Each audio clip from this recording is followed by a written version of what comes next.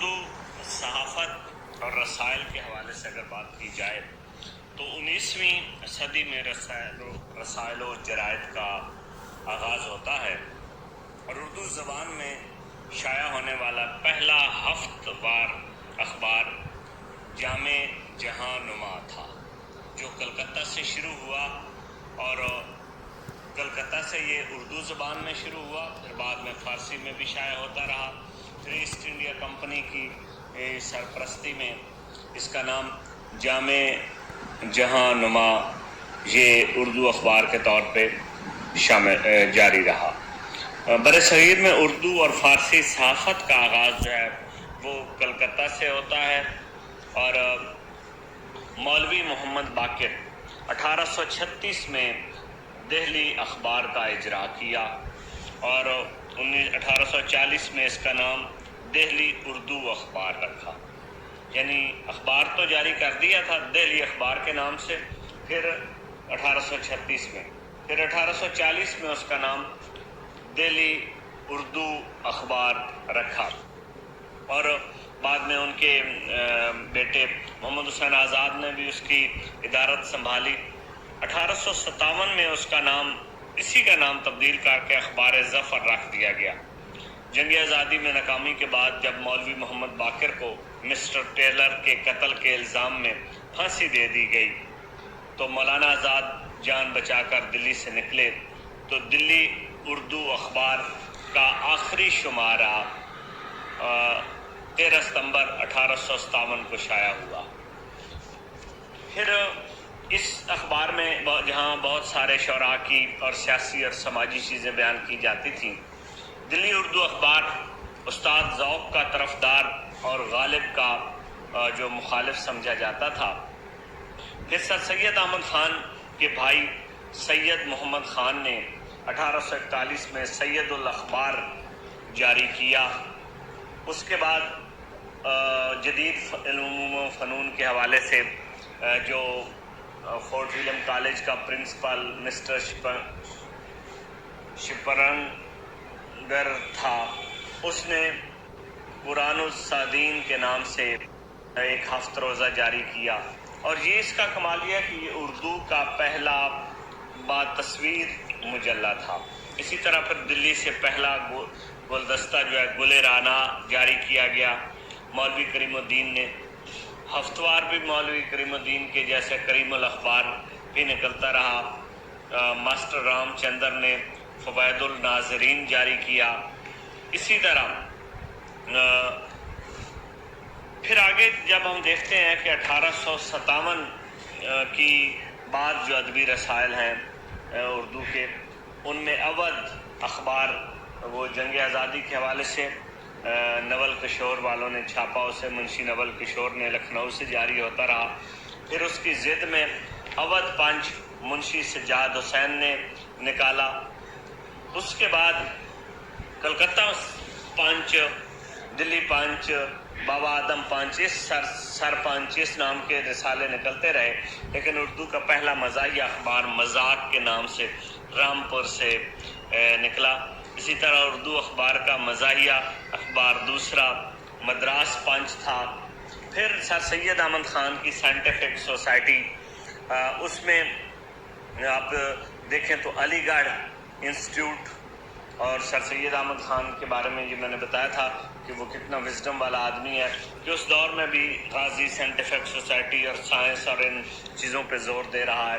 سر سید احمد خان جب انگلستان جاتے ہیں وہاں دیکھتے ہیں کہ ان لوگوں کی کیا وجہ ہے کہ وہ لوگ اتنے سیولائزڈ ہیں، تو پتہ چلتا ہے کہ وہاں ٹیٹلر اور اسپیکٹیٹر دو رسالے ہیں، اسٹیل اور ایڈیسن ان کے رائٹر ہیں، تو ان کی وجہ سے یہ قوم مہذب ہے۔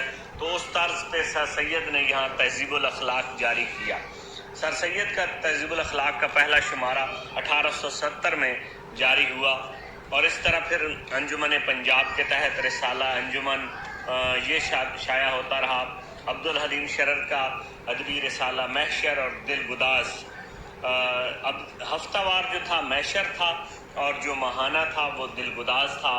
اسی طرح 13ویں صدی منیر ناصر علی خان کا ایک رسالہ تھا 13ویں صدی، اور اس رسالے کو علی گڑھ تحریک کے مخالف سمجھا جاتا رہا ہے۔ اسی طرح میر ناصر علی کا صلاح عام، اور انہوں نے شروع میں ایک رسالہ زمانہ بھی نکالا۔ پھر مولانا شبلی نعمانی کی ادارت میں علی گڑھ میگزین شائع ہوتا رہا۔ وحید الدین سلیم نے علی گڑھ سے ماہنامہ معارف اور لاہور سے 1 جولائی 1898 کو سید ممتاز علی نے تہذیب نسواں جاری کیا۔ یہ وہ رسائل ہیں جو ترقی اس میں جنگ آزادی کے بعد اپنا اہم کردار ادا کرتے رہے، لیکن اردو کے ادبی رسائل جو تھے 20ویں صدی میں، ان میں مخزن کا بڑا نام ہے۔ 1901 میں سر عبد القادر کا مخزن، اور مخزن کے بعد پوری ایک تحریک چلتی ہے، جیسے لاہور سے ہمایوں نکلتا ہے، نیرنگ خیال، عالمگیر، اورینٹل کالج، نقاد، بہارستان، ادبی دنیا، سروج، کاروان، جس ادب لطیف، یہ سارے رسالوں کی ایک ہمیں طویل فہرست ملتی ہے۔ حسرت موہانی نے جو رسالہ نکالا ہے اردو معلیٰ تھا علی گڑھ سے، اور ابوالکلام آزاد نے لسان الصدق کے نام سے رسالہ نکالا، اور ندوہ مولانا شبلی نعمانی اس کے مدیر رہے، اور عبدالحی ندوہ کے نام سے انہوں نے رسالہ نکالا۔ پھر علامہ راشد الخیری نے عصمت کے نام سے رسالہ نکالا۔ اسی طرح نیاز فتح پوری کا نگار بھوپال سے نکلنے والا مشہور رسالہ ہے ادبی دنیا، یہ مولانا تاجور نجیب آبادی نے نکالا تھا، لیکن بعد میں صلاح الدین نے اسے خرید لیا، تو بڑا مشہور رسالہ لاہور میں۔ یوسف حسین خان کا رسالہ نیرنگ خیال، عسکر گونڈوی ہندوستانی۔ پھر اختر شیرانی کے رسائل میں بہارستان، خیالستان، رومان جیسے کہ ان کی شاعری میں چیزیں ملتی ہیں، بالکل وہی چیزیں ہمیں ان کے نام بھی ملتے ہیں۔ 1935 میں پھر لاہور سے جو رسالے نکلتے رہے، ادبی دنیا، لطیف، ادب لطیف، یہ سارے رسالوں کا اہم کردار ہے۔ سویرا بھی، اور سویرا 1947 میں ایک ترقی پسند رسالے کے طور پہ ہے۔ اچھا، رسالے کا اب بھی نکل رہا ہے سویرا، محمد سلیم الرحمان نکال رہے ہیں۔ محمد سلیم الرحمان لاہور میں رہتے ہیں، دروغہ والے میں، ایک بہت بڑے مترجم ہیں، جہاں گرد کی واپسی کے نام سے ہومر کی اوڈیسی کا ترجمہ کیا، اور بہت مشہور تراجم کیے۔ منتخب ادبی اصطلاحات ان کی کتاب ہے، ایک ڈاکٹر سہیل احمد خان کے ساتھ مل کے انہوں نے منتخب ادبی اصطلاحات کے حوالے سے کام کیا۔ پاکستان میں جو ادبی رسائل ہیں، سویرا آزادی کے بعد نمایاں تھا، جو ترقی پسند سوچ کو آگے لے کے، حنیف رامے بھی اس میں کام کرتے رہے۔ پھر نقوش طفیل کا، جس کا کل بھی ذکر ہوا، ان کے خاکوں کا، کہ وہ ایک اگرچہ ایک رسالے کے مدیر تھے، لیکن اتنے اچھے مدیر تھے کہ وہ ایک ادیب بن گئے۔ اس نے بہت سارے نمبر نکالے، غزل نمبر، شخصیات نمبر، منٹو نمبر، شوق، بہت سارے نقوش کے نمبر ہیں۔ پھر ادبی دنیا، جس کا ذکر ہوا، مولانا صلاح الدین کا نیا دور، صمد شاہین اور ممتاز شیریں کی صدارت، ممتاز شیریں خاتون تنقید نگار ہیں۔ ملک مہار ان کی ایک کتاب ہے، اور ایک کتاب کا نام پھر اس یاد میں آ جائے گا، منٹو نوری نناری ان کی ایک کتاب ہے۔ ممتاز شیریں کے بارے میں ڈاکٹر سہیل احمد خان نے کہا تھا کہ کہا جاتا ہے کہ عورتوں کی اچھی تنقید نہیں لکھی ہوئی، لیکن ممتاز شیریں نے تنقید لکھ کر عورتوں کی لاج رکھ لی ہے۔ اسی طرح سبرس کا آغاز دکن سے ہوا، یہ ایک رسالہ علی کا رسالہ مشہور، اس وقت کے تمام ادیبوں نے، مرزا ادیب، فیض، رجندر سنگھ بیدی، ممتاز مفتی کثیر شفا، یہ سارے لوگ اس میں ان رسائل میں کام کر رہے۔ پھر سرکاری نگرانی میں کراچی سے ماہ نو صحیفہ اور اردو نامہ جاری، ماہ نو کے مدیر سید وقار عظیم رہے۔ صحیفہ مجلس ترقی ادب لاہور کا رسالہ ہے، اور بعد میں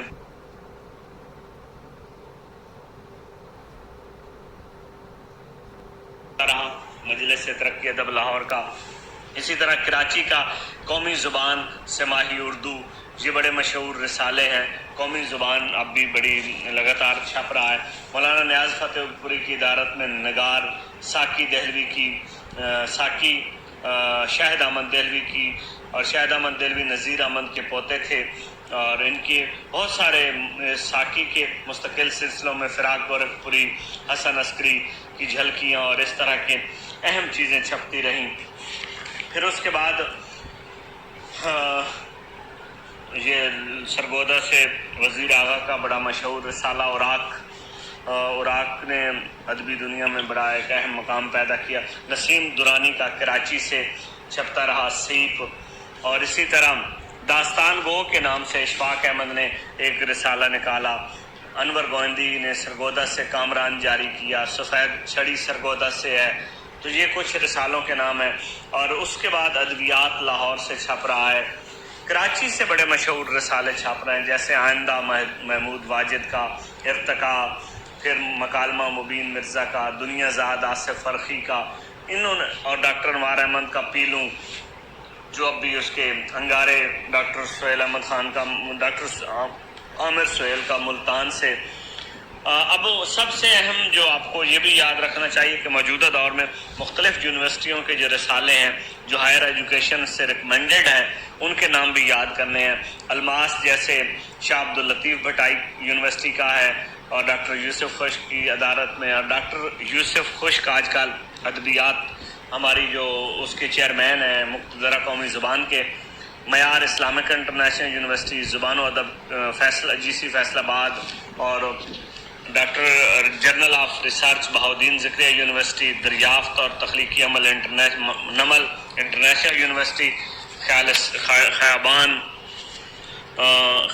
پشاور یونیورسٹی، تحقیق سندھ یونیورسٹی، اور تحقیق نامہ گورنمنٹ کالج یونیورسٹی لاہور، اور oriental college magazine Punjab university, اور ریسرچ جرنل سرگودا یونیورسٹی، اور تخلیقی زاویہ ابو الخیر، اور ڈاکٹر رشید امجد کی سربراہی میں 2 کتابیں بڑی اہم ہیں رسائل کے حوالے سے، پاکستان میں ادبی رسائل کی تاریخ، اور نادر علی اردو صحافت کی تاریخ۔ ان کی میں کچھ آپ کو نوٹس بھی بھیجتا ہوں، ان چیزوں کو اچھی طرح تیار کریں۔ کم از کم 5 سے 8 سوال، 10 سوال تک آپ کے ان رسائل میں سے آ سکتے ہیں، تو انتہائی اچھی طرح ان کو یاد کریں۔